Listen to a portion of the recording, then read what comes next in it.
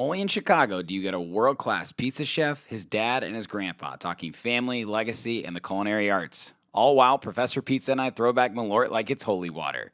This is just one of those episodes, guys, and I had the pleasure of sitting down with my man, Tony Scardino, aka Professor Pizza, a chef, creative, and hometown hero who's turned his obsession with pizza into a legit culinary movement. But here's where it gets special. Tony's family was in the city for his birthday, so we decided to have his dad and grandpa join us. 3 generations, 1 family, and enough stories to serve the whole restaurant.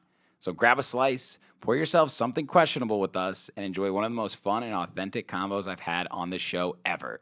Let's get into it right now so you can hear a story for yourselves. This is episode 253 with Professor Pizza.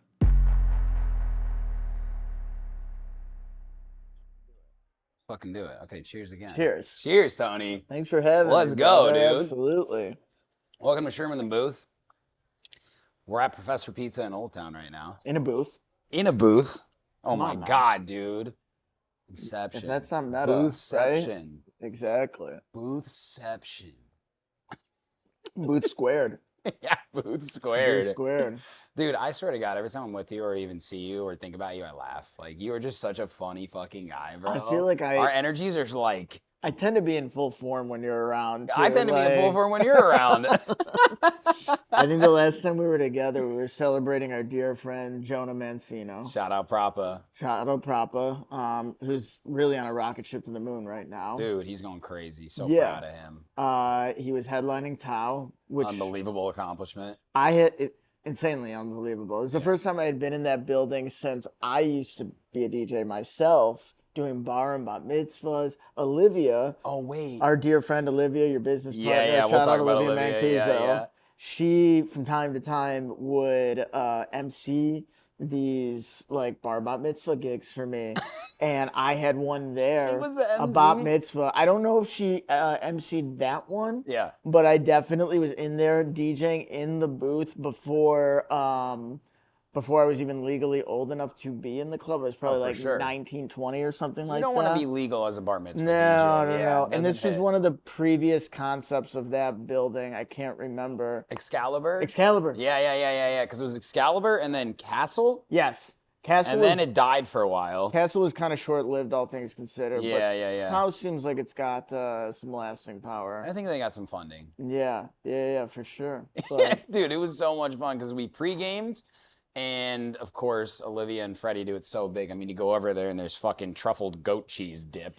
And I'm like, all right, Absolutely. well, I guess I'm here to eat. This isn't your standard pregame. and we get the entourage kind of like executive treatment at Tao. They put us in the booth that if it was any more central to the DJ booth, we'd been in the DJ booth. Okay. But I was holding the fort down by myself Well, out there. no, You did I come did. out. You We did come out. we Okay, just so did. everybody Yeah, knows, right? yeah, So yeah. in Tao, it's like mostly tables if you've never been there Liquid before. courage for Liquid me. courage, absolutely. And on our way in, Tony, I swear to God, I've never seen a salesman crush it and be so consistent throughout the night. I heard you offer and make pizza 100 times for Oh people. my God. And it was It's anybody from the probably front door, an man. inappropriate amount. No, Yeah. no, not an inappropriate amount. Yeah.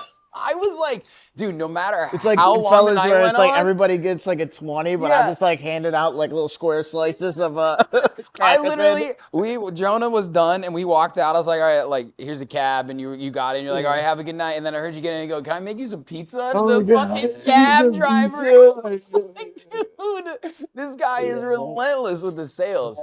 And I knew then. I was ABS like, always be selling. Or no, ABC always that be means closing. closing. Yeah. ABS, almost like IBS. Yeah, well, that's something I'm really known for. But,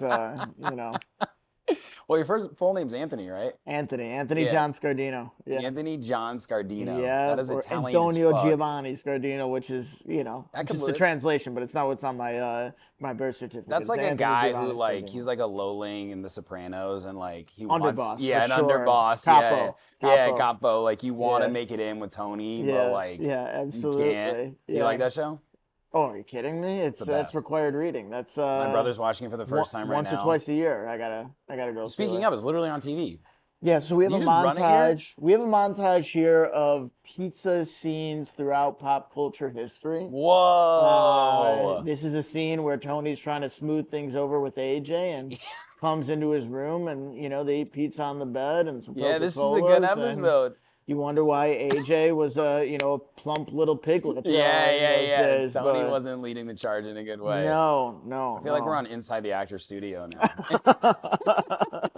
Guinea edition. Yeah. We'll flash this over. Dude, so it's so awesome to be here in your restaurant. Thank you, brother. It's awesome to have you here. You are about to open another one in West Town. Yeah.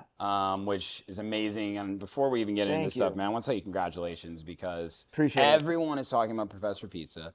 The pizza itself is amazing. The vibe is awesome. You as sort of the leader of it all and, the founder, it all makes sense. It all fits. And I didn't know restaurants can have a brand like this, but it does. I appreciate it, man. I mean, we're very much still figuring it all out, but it is centralized around my passion for pizza, Italian American cuisine, making food for friends and family, and just kind of enjoying like my upbringing through the food I can make and share with folks. Well, you're only about to be 35, dude. Yeah. That's so young for a chef, for an entrepreneur to even have like a storefront and expanding. I always harken back to that George Costanza line. I went from puberty to elderly and totally missed healthy adulthood. But supposedly I'm still young and I still have my whole life ahead of me. And yet this industry will throw you through the ringer for sure. But I'm lucky that people are excited about what we're doing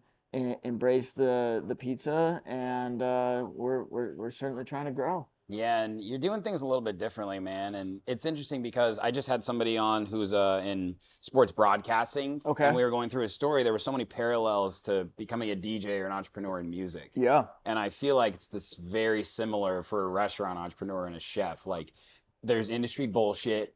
It's hard to get your name out there. You got to build trust. You got to build fans. You got to have dedicated people. You got to have repeat people. Like, it's the whole thing. Absolutely. I mean, you're touching on, like, anybody that knows me knows you're going to find me in a handful of different camps of folks. It's either other cooks, it's comics, it's DJs, or just like general purpose creative entrepreneurs like yourself, right? Yeah. That are maybe adjacent to a number of those different industries.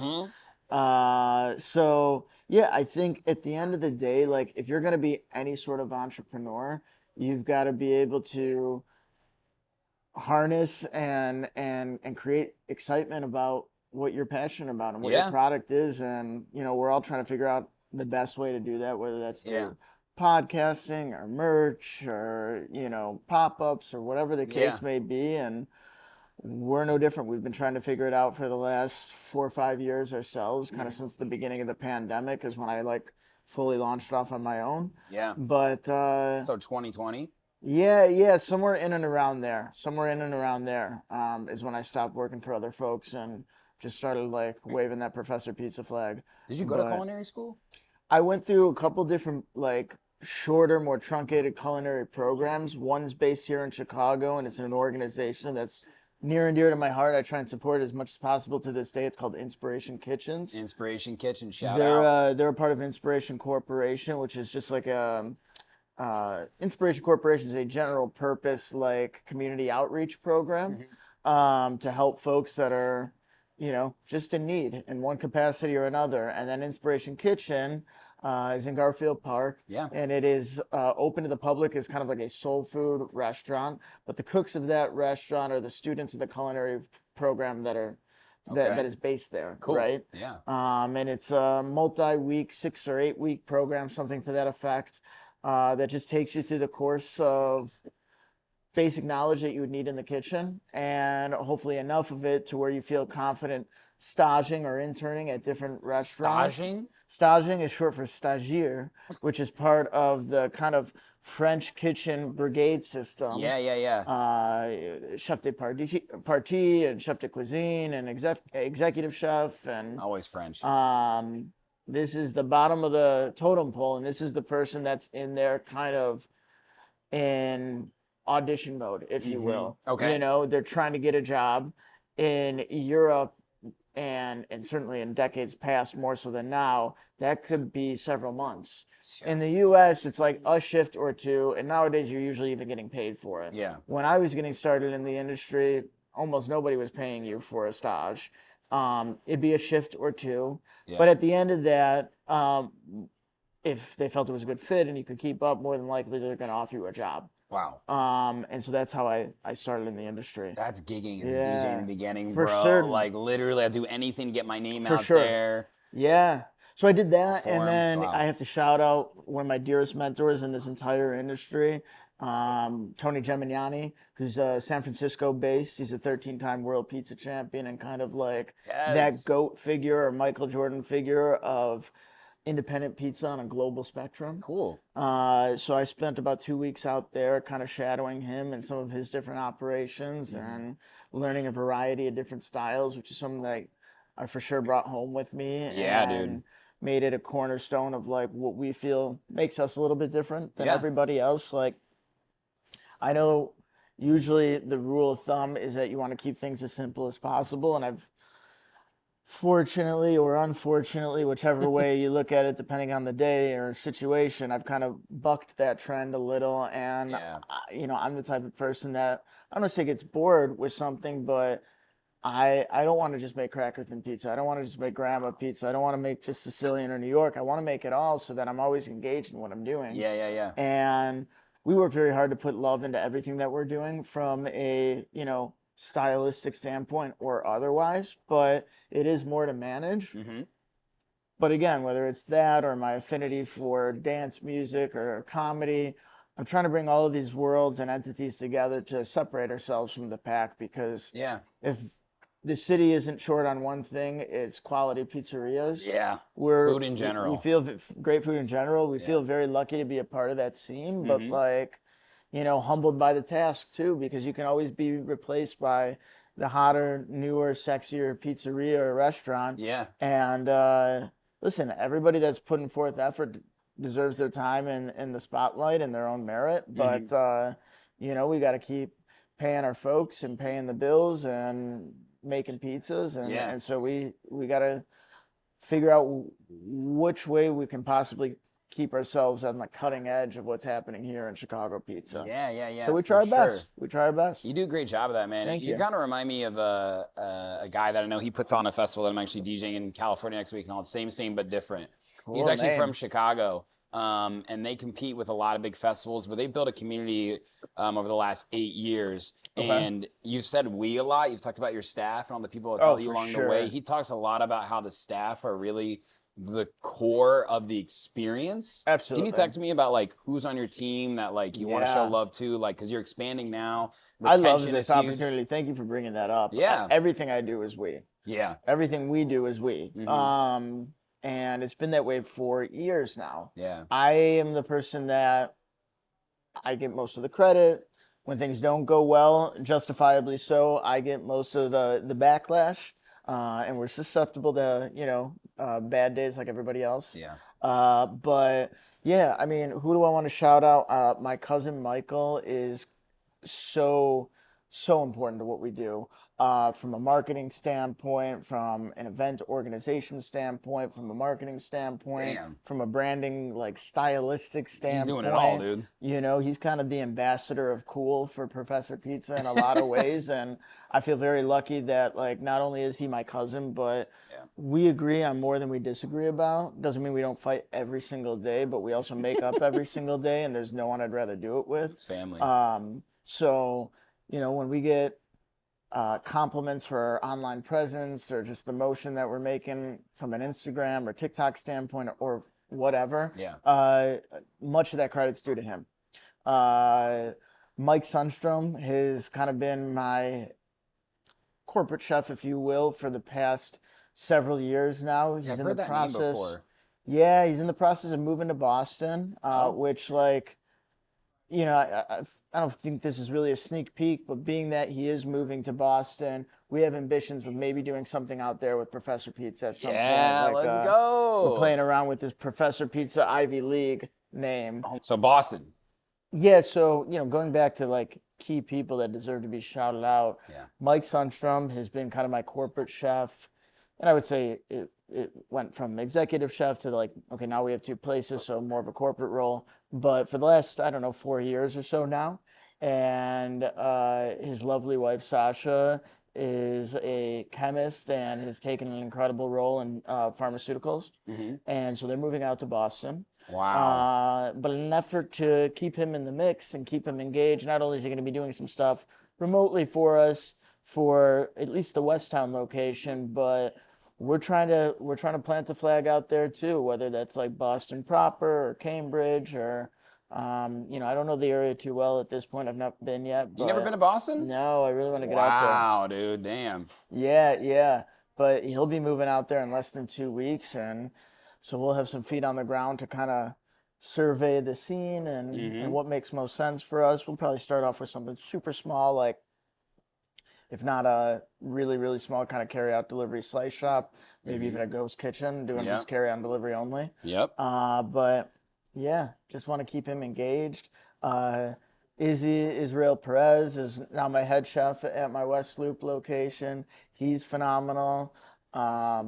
Mike Peretti and Ricardo Perez, who's Izzy's brother. That was the first kitchen they ever worked at, and both of them make incredible pizza. Yeah. Do a great job with prep, and just really, really care and treat the place like owners, which I so appreciate, because it's one thing to have a dream of your own, but it's another thing for other people to co-opt it and bring it on as their own dream as well, which I just feel very blessed, because whatever we're up to right now, I certainly couldn't be this far along without a team. Who else? Grant Johnson. He was one of the first people to believe in me and put his money where his mouth was and give me a true opportunity. Got me into the ghost kitchens in Humboldt Park, which we had for a year. The seasonal rooftop that we had with Teto in the West Loop for 2 years. That's right. This opportunity here in Old Town, the West Town shop we just opened. Yeah. So if not for him, we wouldn't be sitting here. We wouldn't be having this conversation right now. So, wow. I owe so much to him. Yeah. And small world, his mother used to be my grade school art teacher. And so I feel like the Johnson family has always that's so Chicago. Has always had a stake in my creativity as a human being. So it's cool to be working with him and be from the same high school as Olivia again. Yeah. Stevenson. Shout out Stevenson High Dude, School. my God, so many legends from Stevenson. Powerhouse. Right? Powerhouse. Shout out to everybody. Yeah. Let's go. to Stevenson, maybe, I suppose. Yeah, but... Okay, ready? Technical difficulties. Sorry about that, everybody. Right, we were just grabbing some Malört really quick. Wow, these are some nice shot glasses, dude. A little high end, a little low end. Hey, it's Tony's birthday tomorrow by the time we're recording this, but by the time it's out, you'll be 35. Brother. That's right, baby. Cheers, my guy. Now, let me ask you something about the Chicago culinary scene and the chefs behind it all. Yeah. That was a great reaction. Do all the chefs drink Malört, or do they like room temp? A lot of us do. A lot of it. What's big in Chicago other than Malört is kind of like Fernet. I feel like. Oh, of course, Fernet is like the bartender drink. Yeah. Right. Did you ever bartend? No, I did briefly go to a bartending school, but I'm very how do I explain what I'm good at? I'm just I want to. How do you explain what you're good at? How do I explain it? So yeah. When you're a savory cook, I would consider myself a savory cook. Yeah. It's a lot of a pinch of this, a pinch of that. Yeah. We'll get there and we'll create some flavors along the way and some textures along the way, and hopefully we like that end product. When it comes to something like pastry or cocktails, it's not that there's not plenty of creativity in that space. There certainly is, and some of those people are insanely creative. Yeah. But there's a lot more science and precision to it, and it doesn't. Not that I can't play in that world at all, but it doesn't come as readily easy to me. It's just let me figure this out along the way, sort of thing. For sure. Savory has more of a let me figure this out along the way sort of vibe to it that works for me. It kind of sounds like meat eaters and leaf eaters from the dinosaur age, bro. Exactly. You've got the meat eaters, you got the leaf eaters, you got the savory, you got the sweet. Yeah. So is it like Savory Chefs Unite type vibe?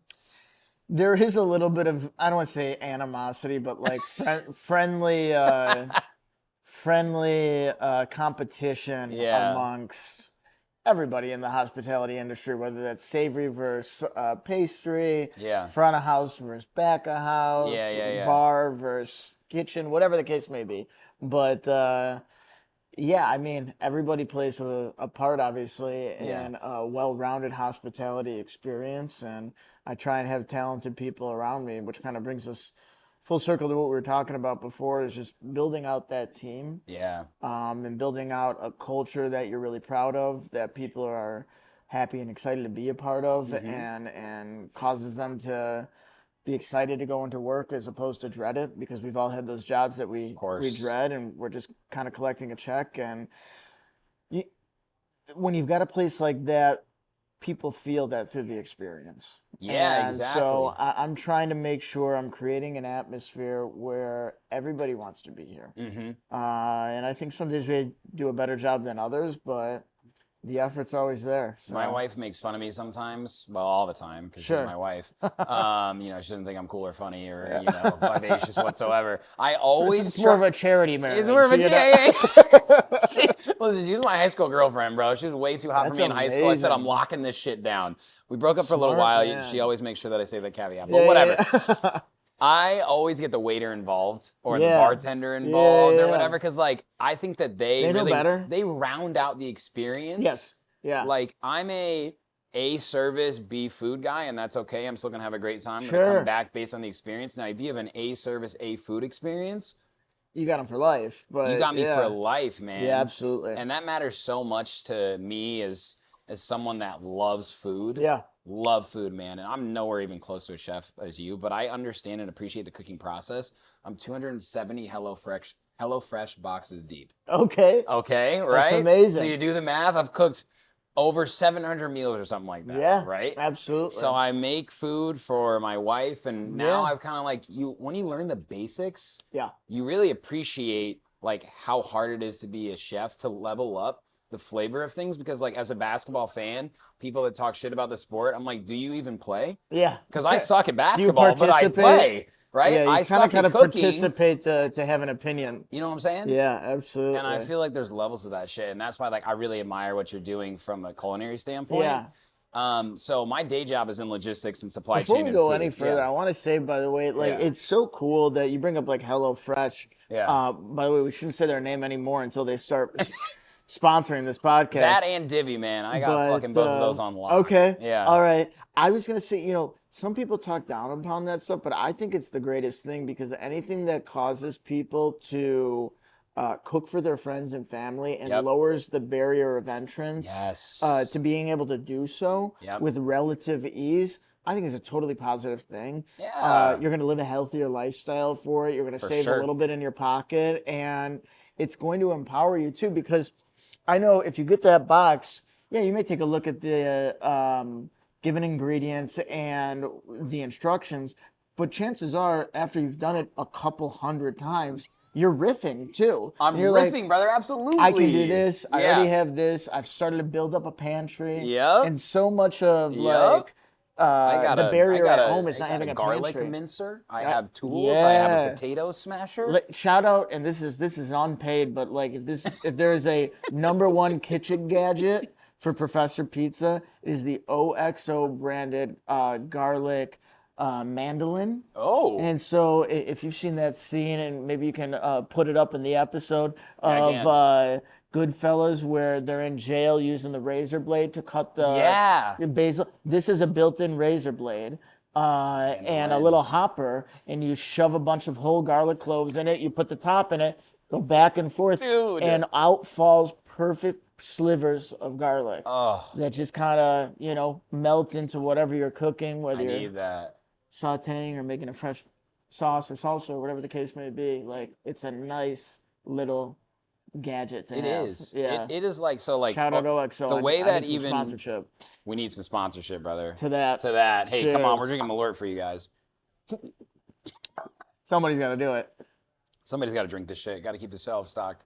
My thing about HelloFresh is I really enjoy, and my mom is an amazing cook, Yeah. great baker. great chef in general. She can do it all, man. So I was raised in a household where dinner was cooked a lot. And there's a lot of families out there where that wasn't the case. Yeah.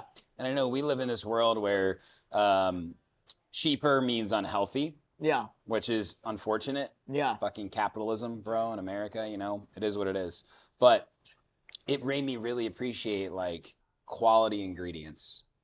And what I was going to say, so my day job, I do a lot of inbound ingredients for a lot of different food and beverage customers, right? Okay. So I wanted to get your take on like where you get your ingredients from. How far will you go to get good ingredients? Yeah. Are good ingredients right in front of you, right under your nose? Like, how do you actually think about So it's such a your product balance, like right? that? Because chefs will always tell you, you always strive to use the best ingredients you can. And the better the ingredients you have, the more, or the less rather, technique plays a role. And not that we don't strive to be articulate in our technique and train our chefs and our cooks below us. We definitely do. Yeah. But the worse the ingredient, the more you got to do to fix it. The Yeah. better the ingredient, the more you have an opportunity to stay out of the way, Right. right? But then comes into play commerce, right? And what people are willing to pay for a dish. Yeah. And Yep. you know, consider this a bit of venting for me, but Please. I'm at that level where like I'm like just barely locally known, and Barely? so Come on, I have bro. I mean it is what it is. I hope to grow, and I love the attention, admiration, respect I do get for what I do. I'm humbled by it, Yeah. but it's just enough to where like you're gonna have some critics along the way. For sure. And I try and keep an eye on that because you're only as good as your worst pizza, but at the same time, try and take it with a grain of salt because we live in such a trolling society that you can't always take everything to heart. With Yep. that said, I got pretty beat up on Reddit the other day. Did you? Yeah, pretty beat up. You got beat up on Reddit? And there was plenty of people that came to my defense. What was the and, page? It was like a Chicago food or hospitality or something. Oh, fuck, man. Something or other. I'm not. This is what I'm saying about like barely. Like you can just type Professor Pizza into Reddit and it's immediately gonna come up because there's not like an overwhelming amount of stuff out there. But again, there were good comments on there. There were neutral comments on there. There were bad comments on there. Yeah. And it's in my personality, whether it's a Virgo thing or whatever, a chef Virgo thing, season. a fragile male ego thing. But you know, I'm gonna fixate on the bad comments. Of course. And a lot of it is people, and this is a microcosm of our economy right now too, but people are always dumbfounded by my prices. I have never claimed to be the cheapest pizza available in Chicago, but I have always claimed to use the best ingredients we can afford to use. And listen, we can afford to buy any ingredient under the sun. It doesn't mean that you are willing to pay for it. That's true. And, you know, you want the best food from me. And the thing is like, I don't have any magic tricks. It's pay my people well and buy the best ingredients I can. But if I buy the best ingredients I can and I pay my people as well as I possibly can, the dishes and the pizzas have to in turn be more expensive. Yeah. So it's a tough tightrope. And like, how far am I willing to go? I'm as willing to go as far as my customer's willing to pay. Yeah, that's interesting. So you can't price yourself out of your demographic either. Right. And Because you're making pizza. well, it's like this. You've got a lovely wife at home. Yeah. If it's the two of you at home, and especially you're in splurge mode and you want to like cook a nice like steak or whatever for you and your wife, Yeah. you're gonna go to Italy or Public and Quality Meats Yeah. or something like that and buy the best steak you can buy. Right. You're probably gonna go to like a Green City Market or maybe a Whole Foods or you know, whatever the case may be, buy the best produce to create the best side you can Farmers you know, market. make, Yeah. whatever the case may Yeah. be, farmer's market. And it'll be a splurge night for you, and you're going to have the top of what is available here to you in Chicago. Yeah. For me, if I do that, I'll be, you know, in business for a week before I've priced myself out of my demographic and now I have to close. So like, look, I try to when and where I can, and shout out to Greco and Sons, who's my main distributor. All right. Who's been a huge partner in my success for years now, and even more so in the past year, where we're kind of growing that relationship, and they're using me as kind of somewhat of a brand ambassador. Cool.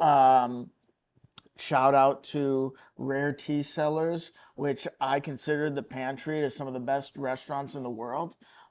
Whether it's truffles, caviars, rare teas, rare coffees, whatever the case may be, they're a one-stop shop for gourmet foodstuffs. Wow. Especially in a wholesale capacity. Yeah. So that's right. shout out Roderick Marcus and the fine folks at Rare Tea Cellars. They're second to none. Shout out to, and transparently, we're not using them anymore because we're still in a place where we're trying to figure out that cost-benefit analysis of offering the very best. But when I can, and I hope to return to it, in the past, we've used Gemma Foods for pasta. Okay, I've heard Gemma, yeah. And they deserve a shout out. Shout out to our next door neighbors at our Westtown location, Tempesta Market, which is a fourth generation family of Best sandwiches in Chicago. salumi artisans. Shout out the Fiasci family and Antonio Fiasci and his father Augusta. Like, they're incredible people and incredible artisans. So we use their products a lot. We've used cannoli shells in the past and filling from Sicilian Bakery on the north side. We've also used cannoli and bread products from D'Amato's. So we try and keep it local. Yeah. Shout out 4-Star Mushrooms. Shout out Windy City Mushrooms. Like, these are independent purveyors that we try and use as much as possible. Yeah. Can't claim to use them all the time, but strive to use them as often as possible. And some of them we started off with and gotten away from, and some of them we returned to. Shout out Caruso Provisions, making some of the best jardinera in town. A lot of great jardinera in town. A lot of great jardinera in town. Chicago Johnny's makes phenomenal jardinera as well. So, you know, we try, but it used to be that the restaurant business was an art form. Yeah. It's kind of turned into a science because margins are as paper thin as they've ever been before. Yeah. Can we have a cameo real quick from my 92-year-old grandfather? Yes, I need him in here. Papa Tony. Papa Tony. Can you be a part of the podcast for a second? Can you be a part of the podcast for a second? Watch out for the cables, but I'd like you to sit down with us. Come in here, for Papa a second. Tony. Come sit right here, right next to me. What happened to your hat? What happened to your hat?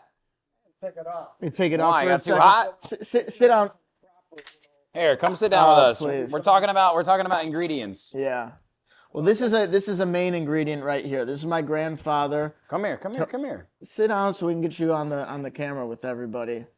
This is my grandfather, Tony Scardino. You ever had Malört? 92 years young.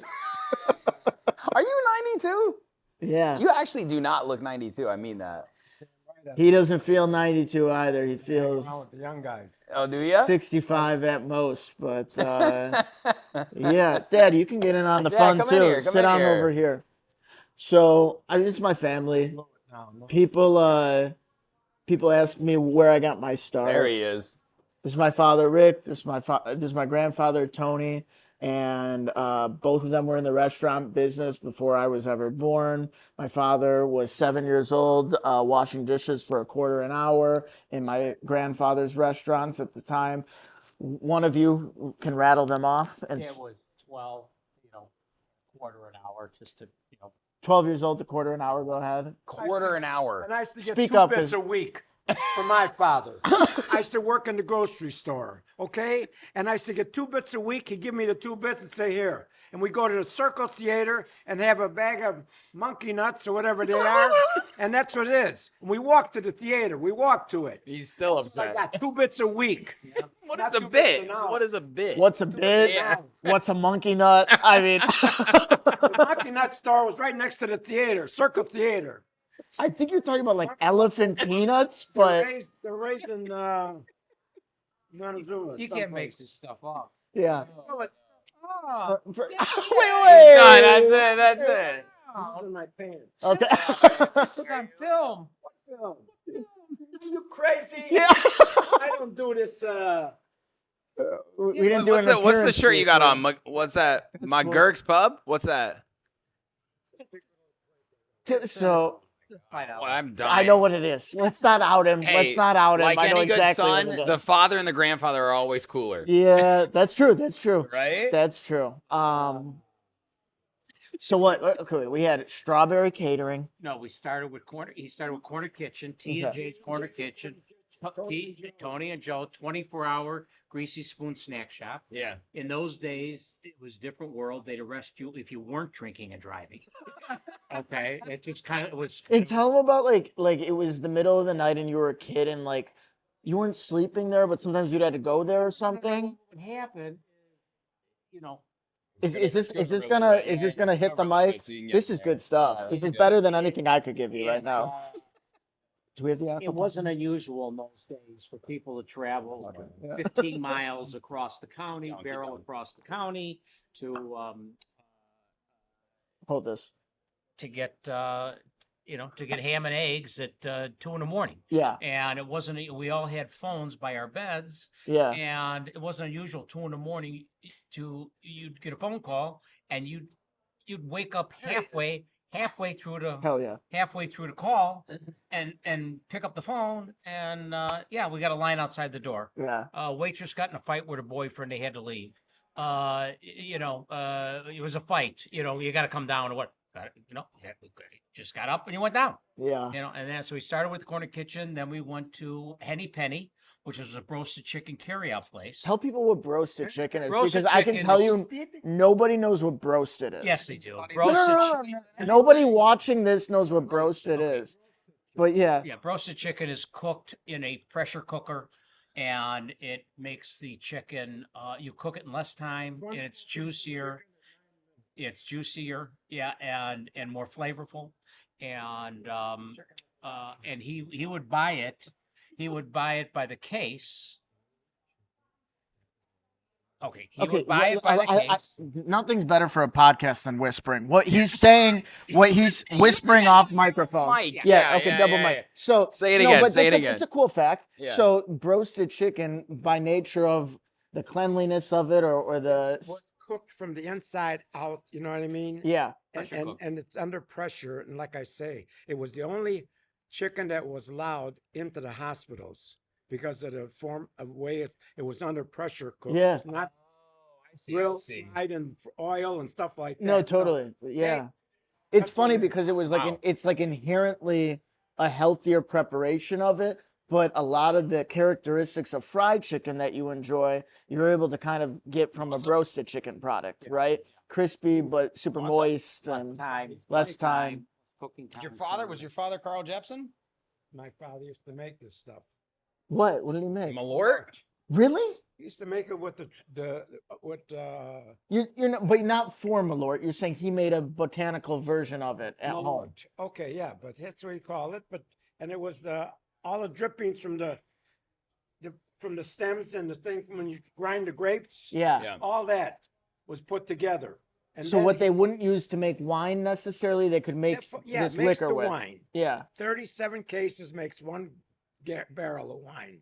37 cases of grapes Okay. makes one barrel of wine. Okay. Okay, but all the stuff that he had, because he used to make 4 barrels of wine every year. Yeah. All right, they used to put that in one big barrel they had, and he put his own concoction in there Yeah. of the alcohol contents and everything, Sure. and that's what he used to make the Malört out of.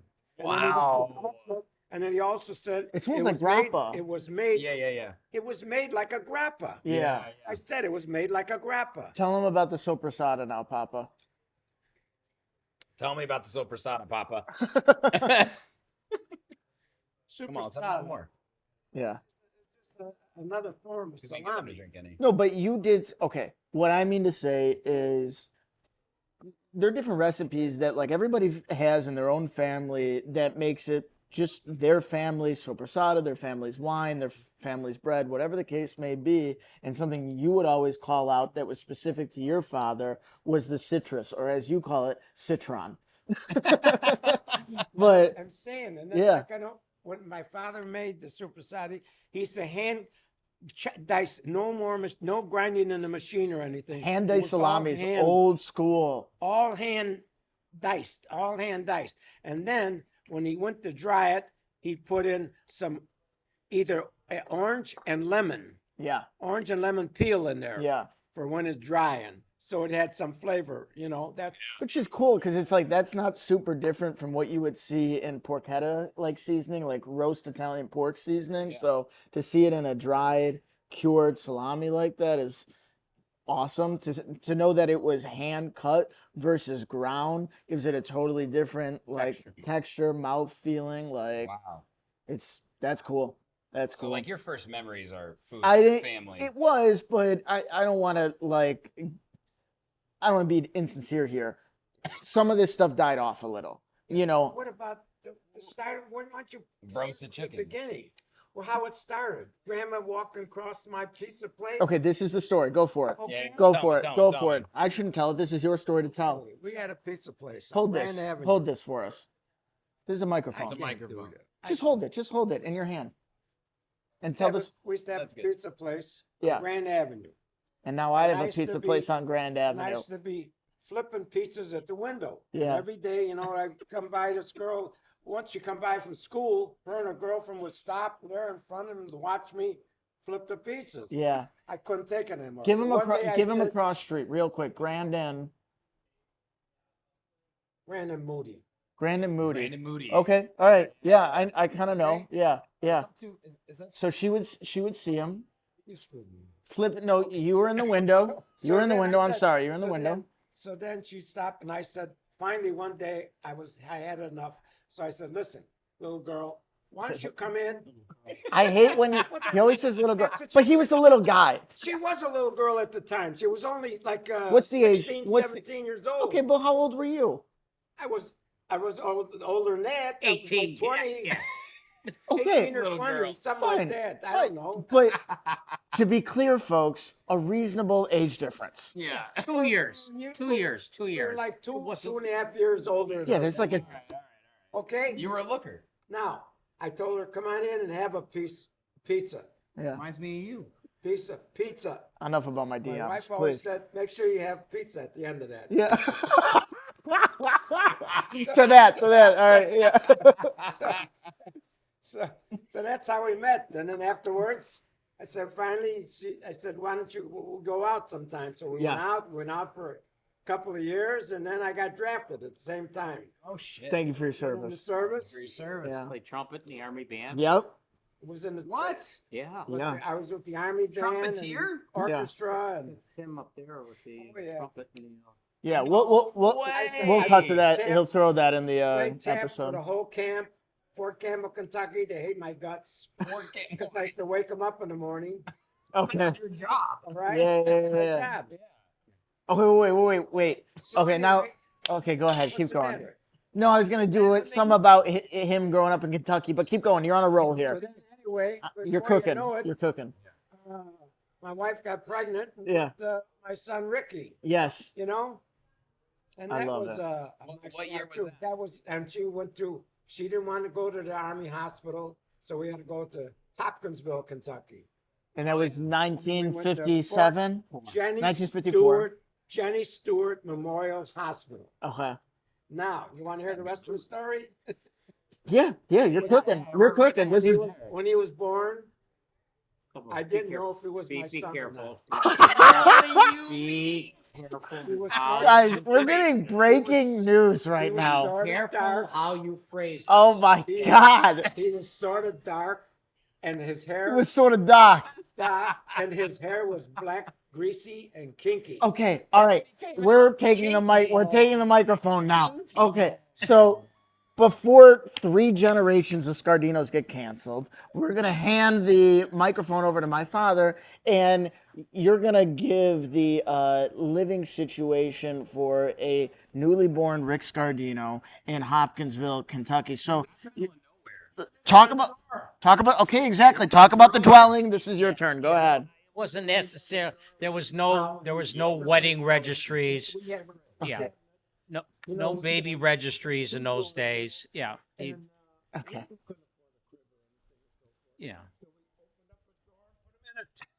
Okay. All right. Yeah. Continue. Okay, this is Continue. where you. Now on microphone, feel free to backtrack a little bit. Okay. Yeah, I okay, understand. I okay. understand. I understand. Again, there He's was no ripping. baby registries in those days. You know, things were tight. Yeah. Every other day, my father would bring a watermelon upstairs because my mother craved watermelon. Yeah. You know, while we were born, and it was hot in Hopkinsville, and my crib was a dresser drawer that was opened. The grocery store was Blueser G. Blueser Okay. Blueser Yeah. And we didn't spend too much time in Kentucky because there weren't too many Italians Yeah. in Kentucky. So we skedaddled back to Chicago. And But let me ask you something about that. Like when you're in Kentucky and you're Italian, are you getting are locals giving you a hard time? Like are they like, who the hell are Yeah. They did give you a hard time when you came to Round Lake though, right? oh, Okay, let's talk about it. All right. Whole new story, All right. my friend. Here we go. Oh, you don't want to go into that. Oh, Is that off? Is this for the Patreon? you want this? You want this? Trust me. This is good stuff. This is good stuff. I Come on, think it's this is for past your future, the this is for your future statute of great-grandchildren. limitations here. We can talk about it a When little. we first came to Round Lake, Yeah. we had a little sort of a rough time Yeah. because they thought all Italians were connected, Mafiosos. which is a bunch of BS, you Yeah. know, and we weren't. We worked very hard every day and so Extremely forth, so. and took some time for the people to recognize us as those type of people, Yeah. you know. So that's the way we started our business in Round Lake. threatening when- phone calls, threatening mail, mafia, get out. I mean, really, Oh, really, you yes. guys did go from On the like walls, they used to print on the walls next to the building, you know. from perceived mafiosos to like kind of Yeah. pillars of the community. Wouldn't you say? Yeah, my father was on the school board. You know, I was a chamber of commerce president at 24. I was on the planning and zoning board in the village of Round Lake when I was 21 years old. No, this is good. Yeah, we went from a 12-page zoning guide to 180 to 200-page zoning guide as we knew the growth was coming our way. At that particular time, we had 4 different restaurants on the same corner. We started with the corner kitchen, went to Henny Penny, the How roasted chicken. cool is it? Wait, just slow down for a Yeah. second. 4 different restaurants on the same corner. Yes. In How a- many people can say that really? Yeah, the town was 3,500 people, by the way. Now they would come from surrounding areas to visit us, and everybody said, "Oh, they had to all be Italian." No, they weren't all Italian. Every one of them served some form of Italian food, but none of them were straight Italian restaurants, Right. which was kind of unique. And Other than maybe the pizzeria, right? the pizzeria was burgers. You know, it So was it's still Italian American. Yeah. char grilled burgers and pizza and appetizers and things of that nature. So, Yeah, absolutely.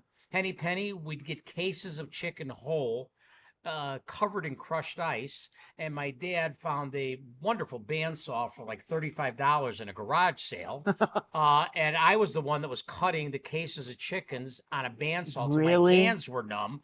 Yeah, no gloves, That's no ins- chains, no guards, no. And I want to anything. say something because I used to work in public and quality meetings. Yeah, I know. Okay, you're right. I do forget about that. I'm no better I than like them. tossing the This mic. is It's a lot of power. this is thanks to Malört. But anyways, due to my time at public and quality meets, I can tell you there is no smell quite like sawing through bone with a bandsaw. Oh, And it's different. It's different. oh. It's Because off. you're- It's off-putting. You're I'll just cutting I- bone all the time. yeah. You know, and then you'd find out when the blade was dull, when all of a sudden it would snap in front of your eyes. Yeah. Yeah, it wouldn't hit you, but it would snap right in front of your, scare the crap out of you for 2 months. You know, there was time because it would break. How old were you operating the bandsaw? 13 13. 13 years old. I- No guards, no guide, no anything. Yeah. Hey, here, I'll show you to do one. Hey, come on. You could have Rama manualed yourself like that. Yeah. Yeah. This is how it worked. You know, it didn't, King crab, Talk about king. You're King doing. crab legs. We Yeah, we cook crab we legs cook on the crab bandsaw. legs. Tell us. He We wants also to made speak up. He just our doesn't want own to be heard. burgers at times. We'd freeze a whole ground meat, you know, and so forth, and rolled it up. And Yeah. after we did that, we'd freeze it, and then we put it on the bandsaw where we And can cut make the individual hamburger patties. That's slice- such a right. sick operation when you do it like that. Hand patty. I'm sorry, it's the only way to go. Yeah. Yeah. Yeah. Then we had Sir guys are Anthony's, funny, which man. was the pizza pub operation. Sir Anthony's. And then adjacent to that, How wait, can I say something though? Like when you say Sir Anthony's, like what? It's like it was like what's the inspiration for that? Sir Anthony's well, Pub. well, yeah, it was Anthony after my father. But you know. Sir, like Yeah, so it had an Old English theme. Old on the English. inside. That's what I'm saying. It It's like had it's, silly, it's like funny, but swords. yeah, It had armor. It had that kind of a theme. It was Yeah. the exposed walls. You know, rough cedar, big heavy front door, and that. yeah. So it was a cool looking spot. We You know. traveled 1 month out over Wisconsin picking up tables and stuff like that. Yeah, building out the concept. Yeah. And what's funny is like current day 2025, not much has changed. I live in Facebook Marketplace and I'm buying all the stuff that they would have had back in the day for the new Grand Avenue shop. And I think it's coming all back to that era of like truly a credentialed look. Okay, Like you've you been there forever. You see your walls here? Yeah. Our walls had plasterboard and stuff all on the walls. Yeah. We had to It all tear it all off and blow. And we used to have the power blower Yeah. in order to get to the actual surface of Yeah. the bricks like that. That's what we had finally. Done. Okay, we're gonna go back even further. Now, his mother, talk about that grocery store, corner store. Talk about the inventory. Like you're so Oh, my poor God. Or that we had if electric- you have a can of sauce on the shelf, right behind that, instead of more cans of sauce, it's just a brick wall because they couldn't even afford to have an inventory. Oh, Like, No way. yeah, no, and beside that, you know what I mean. We featured some certain things in that area they didn't expect. Was like we got sheet pans of brownies, yeah, sheet pans of gingerbread, yeah, sheet pans of apple slices, yeah. and cherry slices. You know, that's what we used to do. Okay, Then finally, after the I'm end, hearing some of this stuff for the first time, folks. the first time, no, then we finally went into putting some sheet pans of pizza on the table, on the back counter. Wow. Yes, you know, because we were able to make But this contact. is before you're born now. All of this Yes, stuff. so my father was a child, and Chicago. Yeah, the yeah. grocery store they had, the building ended up being sold to Gennaro's, which was a legendary restaurant on Taylor Street, 1355 West Taylor Street. Very iconic building. We just visited again. We were down there for the Italian Fest, hosted by none other than wonderful Ron Onesti. Yeah, shout out Ron Yeah, Onesti. yeah, I love that guy. Love that guy Love for that real. guy. I've got That's his. I mean, like I've got his rookie card. he's I would say he's top 10 Italian American hospitality entrepreneurs in the Chicagoland area. Oh, Midwest. In the Midwest. Top 5. Top 10. I'm gonna get you a Come on. picture and you're gonna throw him up Yeah, here. He's the penguin of Italian American cuisine. I'm the only Jew here right now, so I'm doing my best. Don't you really? But you're a cashew though, aren't you? You're like a little Italian, a little Jewish. Yeah, Cashew's a Catholic and Italian, or Catholic and Jewish. No, he's not. That's a cashew. Is Catholic and Jewish is a cashew. I remember we had friends that were Polish, and they always wanted to be Polabraise. Full of brains. This city's pretty full of brains, actually. And then, last but not least, my father developed the brass wheel. The brass wheel was a freestanding building. It was built in 1904. It's the crown jewel of the family, by the way. We're talking about, What's guys. This is the crown jewel of the family. Yeah, it was. It was. It was an incredible building. Yeah. My father did a wonderful job having it He'll get into it. remodeled, developed He'll into get into it. his concept. The building was so old. Jack Benny played in it before anybody ever heard of Jack Benny. Many of you probably have no clue who Jack Benny is. And but Well, he grew up again, in there'll Waukegan. be used to more tour- pictures on the screen. Used to tour the county with the Happy Orchestra, the first barbershop You're going in Lake so County. fast. Hap Key, not happy. Hap Key. Hap Key Orchestra, yes. Hold on. And Go ahead. the first barbershop in Lake County was in the basement, first dance hall upstairs. Wait, you had a barbershop in the basement of your. This was part of the history of the building. Oh, okay, okay, okay, Yeah, okay, yeah. okay. Yeah. And it had 11 single sleeping rooms upstairs, which were utilized for numerous, other ancillary benefits over the years that we won't get into. And my father developed it as a Get fine into it. dining steakhouse. But to begin with, didn't go. People loved it, but they'd say this meal is fantastic. We can't wait to come in next year for our anniversary. Yeah. How long did you run with that concept before you were like, look, this is too big for our britches? It was, probably 6, 7, 8, 9 years, but it evolved. Oh wow. It evolved to more mainstream, more middle of the road, and then about 7 or 8 years before we lost it to a fire, we converted it to our version of a Chili's. And when you opened that up, Version of a Chili's? yeah, it had 8, 9 hand patted burgers. It had 3 Italian items, 3 Mexican items, appetizers, butt steak on sizzling platter, French onion soup we'd serve with baby French scissors. to onion cut soup. the okay, cheese. wait. Yeah. The French onion soup with the babies. This has to come back in my lifetime. yeah. This has to come back, and give him the Frito Bandito. Yeah, Yeah.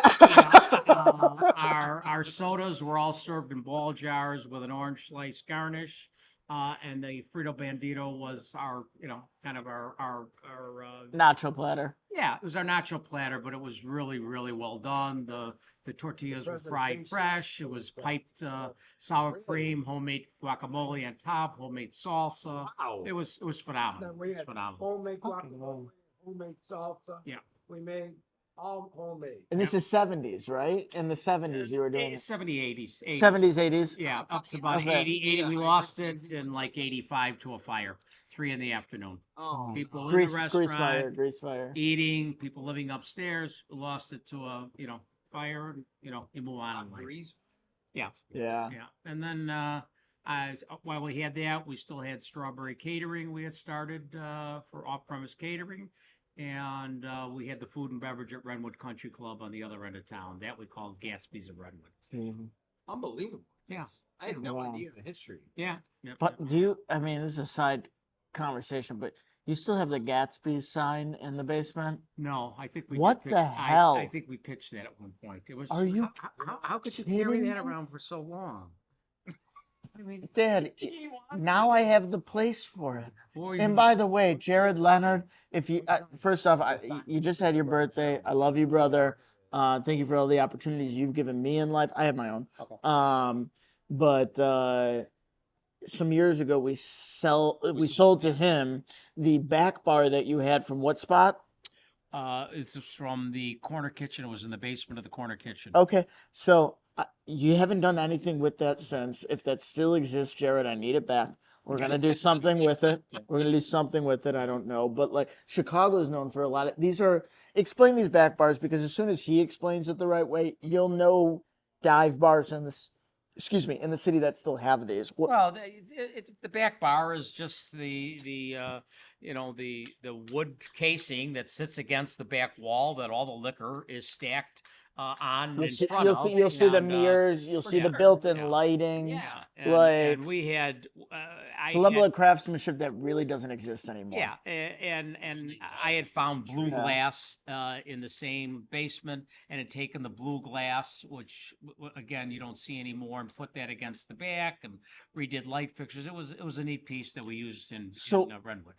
And you guys bought that as is, or you're like, here's what I want. No, I salvaged it, stored it, and then I had it redeveloped to what I wanted. Oh, really? Yeah. Wow. Yeah. So you weren't even the first owner of that. No, it was attached in a basement, and it was dust and cobwebs all over it. Yeah. Salvaged it and kind of readapted, use for it. Amazing. Okay, we have to get over to Westtown to your other How deep location. are we into this pod? We're done. I mean, think it could get any better. I couldn't do any better. All right, here's We got we'll end Ricky on and this. Tony. We'll end on And this. Tony, you sit back down. We're in Old Town. Yep. We're at 1610 North Wells A Street. lot of addresses tonight. I'm gonna give you. There is, but I it's love that though. It's a geographical journey through not only my life but my lineage, and I would be. It's very special to be here with you guys because and this is not the Malört talking. It's maybe also the Malört talking, but no, I mean everything that I do, whether you want to call me a pizzaiolo, whether you want me to call me a cook or a chef, I'm just trying to recreate the stuff that my parents and grandparents and my aunt and uncle did in my childhood and way before I was born, and bring it to 2025, put my own little spin on it, and call it a day because you guys did all the cool shit first. So I appreciate you. I appreciate you. Are you proud of your grandson? We're here today to I'm very celebrate proud of your him. 35th Very proud. birthday I love tomorrow. you. Are you I love proud of your son? Yeah, he is. I guess that's a yes. He's proud of his son. I'll be 35 tomorrow. I Let's love go. you, brother. Love this guy. Congratulations. Yeah, Happy absolutely. birthday To to you. Happy birthday to you. Happy birthday, dear Anthony. Happy birthday to you. Thank you, guys. See me here at 1610 North many Wells more. Street. See me at 1730. Oh, no, I'm sorry, 1374. Whoop, 1374 West Grand Avenue, the old Bellanote space, which has a ton of Chicago history. We're trying to add to that history.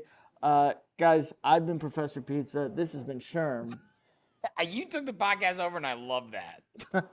I gotta take a little pat. Easiest I interview of my gotta life. take a little bit more after Nice my to meet you. grandfather. Nice to meet you, You'll Tony. get the Yeah, handshake. I'll You'll get get the the handshake handshake later. at least, if not the hug and the kiss on the cheeks. go, I buddy. love you, brother. Thank you. Hey, what's up? And thanks for watching that video. You looking for more content now? I got your back. Go to my YouTube channel right now, hit that subscribe button, and make sure you turn on all notifications so you never miss any upcoming exclusive artist interviews, Sherman the Booth clips, new music, live sets, and more. This is your one-stop shop for everything electronic music. Cheers.